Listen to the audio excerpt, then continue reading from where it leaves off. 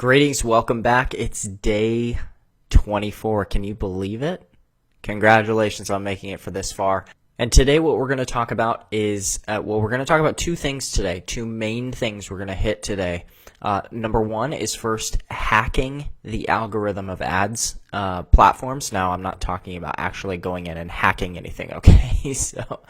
But we're going to talk about the secret to getting more leads for less cost, okay? And how different social media companies, search agencies, things like that, gear their algorithms to certain biases, okay? So I'm going to go through that a little bit today, and this is really important to understand as soon as you start creating content.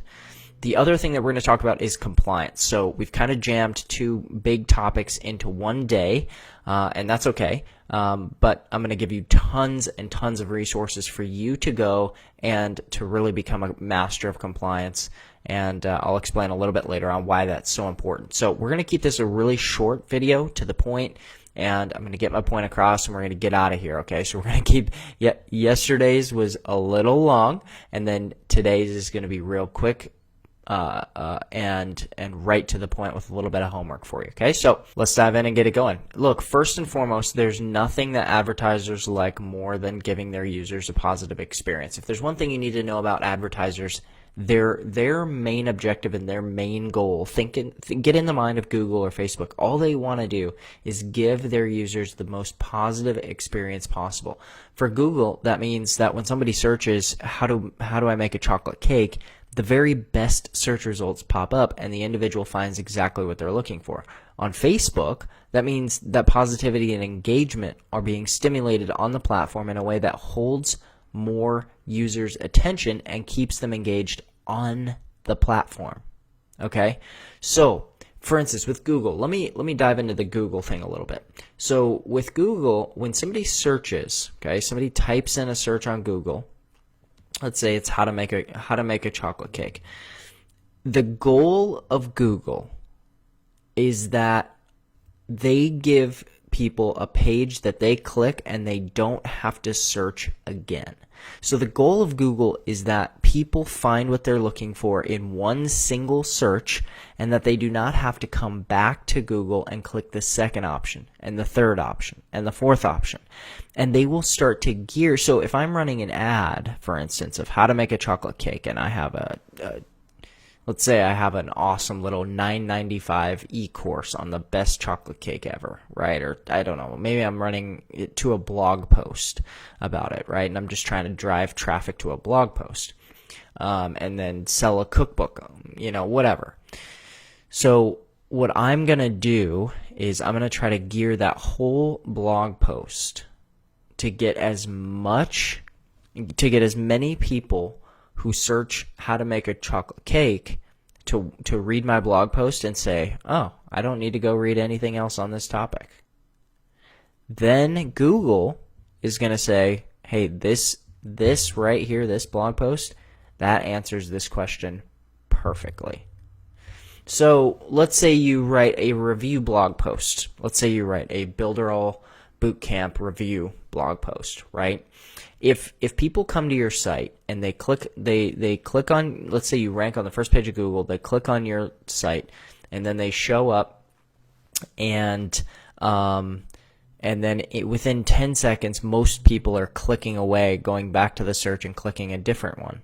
Well, what's going to happen to your ranking to your site is it's going to fall in the rankings, and you're not going to get as much traffic sent to you anymore, because Google's saying, hey, look, this person, they're not actually answering the question. It's clickbait, right? So in the case of Facebook, they've literally built a positivity bias into their algorithm to show positive content more than negative content. For instance, now check this out. The following words are negative and thus get less priority, less reach, and higher lead costs. Meaning, higher lead costs is a bad thing. It means that for each lead that I'm getting from Facebook ads, if I'm running a lead campaign, I might pay $2 or $3 more if I have a bunch of these words as opposed to the words below. So murder, death, cancer, kill, died. Okay, you can read through them all. I'm not going to read them all. By contrast, the words beneath that are positive words that typically result in more engagement more reach, and lower costs per lead. Okay, so what this means, and you can see it's kiss, haha, funny, glad, miracle, rainbow, all sorts of just kind of happy-go-lucky words. The gist of it is it's not that you can't ever use negative words, okay? But it's just so that you understand the principle of how Facebook's algorithm works and why they do what they do. That's the important piece of this, okay? All right, so when you sit down to write a Facebook ad or a Facebook post or whatever it is that you're going to write, just keep this in mind, right? So when you start out with your now let's talk quickly about the 7 steps of the story, right? There's a problem, right? There's a person who has a problem. They find a guide who has a blueprint. They call them to action that leads to success or avoids failure. So when you get into the whole problem and unpack that, just keep in mind that what you want to have happen in your ads is you actually want the success part of it, happy, enjoyment, peace, paradise. You want to have that stuff. You want to have that positive stuff outweigh the bad stuff in terms of your ads. And here's one way to measure that, which I found a really helpful tool, is it's a text-processing.com, text-processing.com, but it's a sentiment analysis tool, meaning it'll actually detect the positivity or negativity of a certain piece of text. So I've put my Facebook ad in there that earlier in week 1, I gave you an example ad to use for an offer, and I put that in there and it came back as neutral. So you can put your stuff in there, and if your stuff is coming up negative, that's probably a good sign that you're going to need to make some changes. But when you craft a Facebook ad, you can paste the entire text into that sentiment analysis tool and hit analyze. And then what it's going to do, it'll give you a positive, neutral, or negative score. So again, if you're in the negative range, the ad copy probably won't work well for a Facebook or Instagram ad because of how heavily they weight their algorithm towards positivity. So this is the main piece that you need to understand in really all of social media. There's not a lot of ways to advertise businesses outside of social media. Google is one, but even Google has their own sort of compliance regulations and subtle, not like Facebook and Instagram, but subtle positivity bias, where they're trying to give their audience, their users, a very positive experience on their platform, okay? So if you want to come out with fear-mongering advertising, the chances are really good you're not going to be able to advertise on places like Google, YouTube, Facebook, all this kind of thing. So what I want you to do is I want you to utilize this sentiment analysis tool. Now, for email marketing, that doesn't matter nearly as much. There's not an algorithm scanning it for positivity bias. They do scan your emails through for affiliate links or spammy links, but not really for positivity or negative bias. Okay. So just when you write any posts, when you create videos and you think, oh my gosh, this would be so good for Facebook or Instagram, you just want to train your brain to remember, okay, here I remember that Facebook and Instagram are looking for positivity. How can I work a real positivity bias into a majority of my content so it'll get more reach, it'll get more engagement, all of that stuff. And guys, here is one incredible point to note on this, is that this positivity bias isn't just on words, it also goes to images. So they have a facial scanner, an image scanner that will scan for things like green grass. Like that will increase engagement if it's bright colors. The other thing that will increase engagement is smiles. They can actually detect smiles in your ad images. So for instance, Catherine and I have an image that I used in Facebook ads and have used forever. It always performs the best. I have no idea why. It's just us sitting at a brewery and we're both smiling right into the camera. It's kind of a selfie style photo.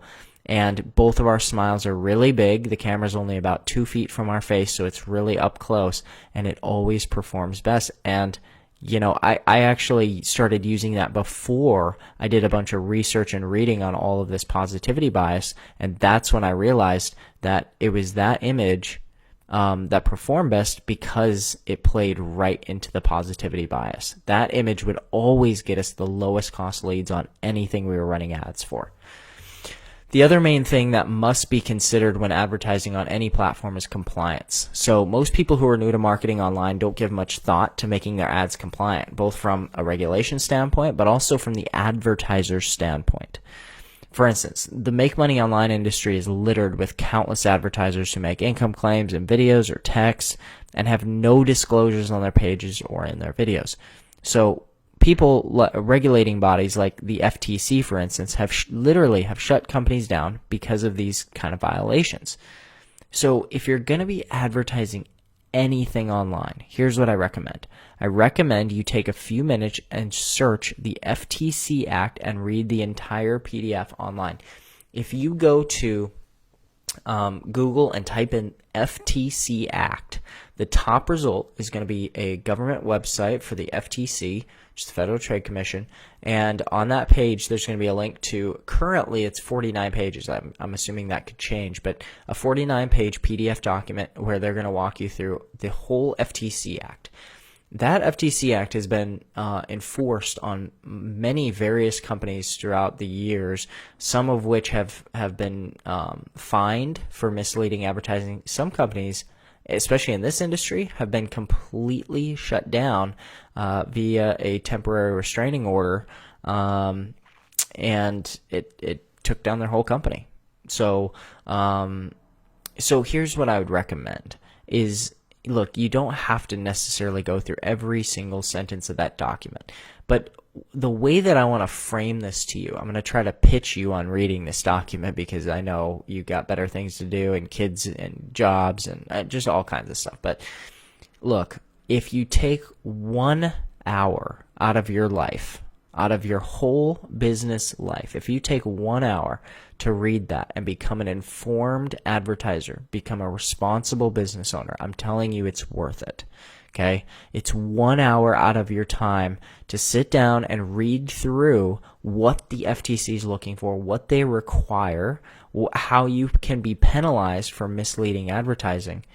There's just a multitude of ways that you can be penalized, not just, a Facebook slap or a Google slap or a YouTube slap, but actually have your business removed and pay hefty fine. I mean, look, just get yourself educated, all right, around the FTC, okay, and how to use disclosures and disclaimers, okay?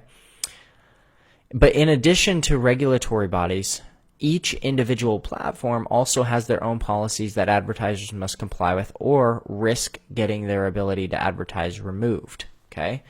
So, for instance, many people try to dive in with Facebook ads without really knowing what Facebook policy says about advertising online. Hint, this is a really bad idea, okay? The following resources that I'll give you below are geared towards Google, YouTube, Facebook, and Instagram. They're the main core four, okay? Instagram is owned by Facebook, and so wherever you see Facebook links or anything that has to do with Facebook, just know that that applies to Instagram as well. Same thing with YouTube. YouTube is owned by Google, so anything you read about Google, it also applies to YouTube, but I did give some resources for YouTube as well. So here's how I set this up.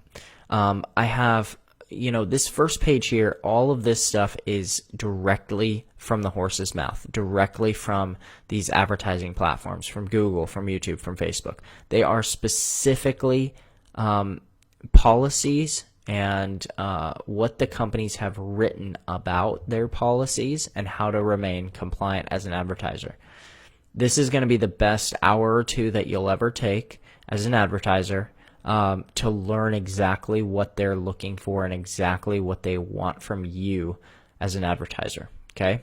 So I would highly recommend that you pull open each and every one of these links, you read through it, and you actually digest what they're trying to get at. On this page down below, I've also included other resources from bloggers and ad agency people. So these are just kind of trusted names that I've known for quite a while. For instance, Ad Espresso they're just a massive company. Their reach and knowledge around Facebook, it's incredible. Okay. And they're trusted by Facebook. So it's just it's a good place to start. And if you have ever find yourself having your Facebook ad account disabled, here's a bunch of helpful resources as well to just go and read and try to troubleshoot what's going on.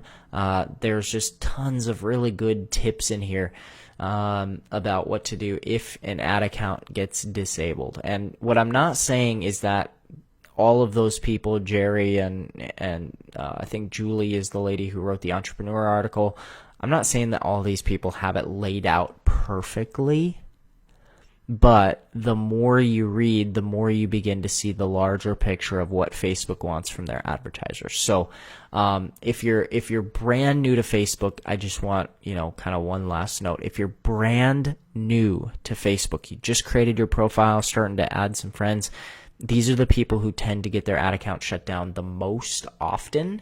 So just be really careful as you get started in advertising. Compliance is becoming more and more and more of an issue, and it will continue to, probably forever. And so what you need to understand is advertising has become more of a watered down thing. So ads need to be a little bit less polarizing. You used to be, I have the history of being in this industry for the last 10 years, and the ads you could place on Google 10 years ago are vastly different than what's going to be acceptable today. And the same will be true for the next 10 years and the next 20 years. So the important piece that you need to understand in your big takeaway here is that the advertising compliance issues change on a monthly, maybe even more frequently than that, quarterly basis, where, look, people are constantly updating their policies based on what people are doing. It's a moving, fluctuating industry, and this is part of your job now. This is part of being an advertiser. It's similar to any sort of, if I was a hairdresser, there's certain regulations that I have to follow for health code. If I ran a coffee shop or a pizza place, whatever, I would have to follow a health code, and those things are subject to change, and I just have to know those. Okay? So this is super important that you view it like a business, because it is a business, but you have to view it like that. Okay, so what I want you to do is I want you to comment below this video after you watch it. I want you to comment below this video, and I want you to commit to being a compliant, responsible advertiser in this land, in this world filled with irresponsible people who treat their business like a joke, like a side hobby, and don't really care about compliance, don't read up on it. They aren't really sure what even compliance means. I want you to be the opposite.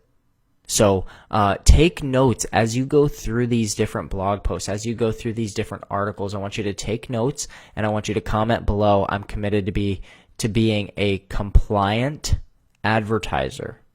A compliant advertiser who takes his or her or their advertising seriously. Okay? All right, that's a wrap on day 24. We'll be back for day 25, and the rest of this boot camp is going to be specifically geared to how to get more people, more eyeballs on that sales funnel of yours so you can start making sales.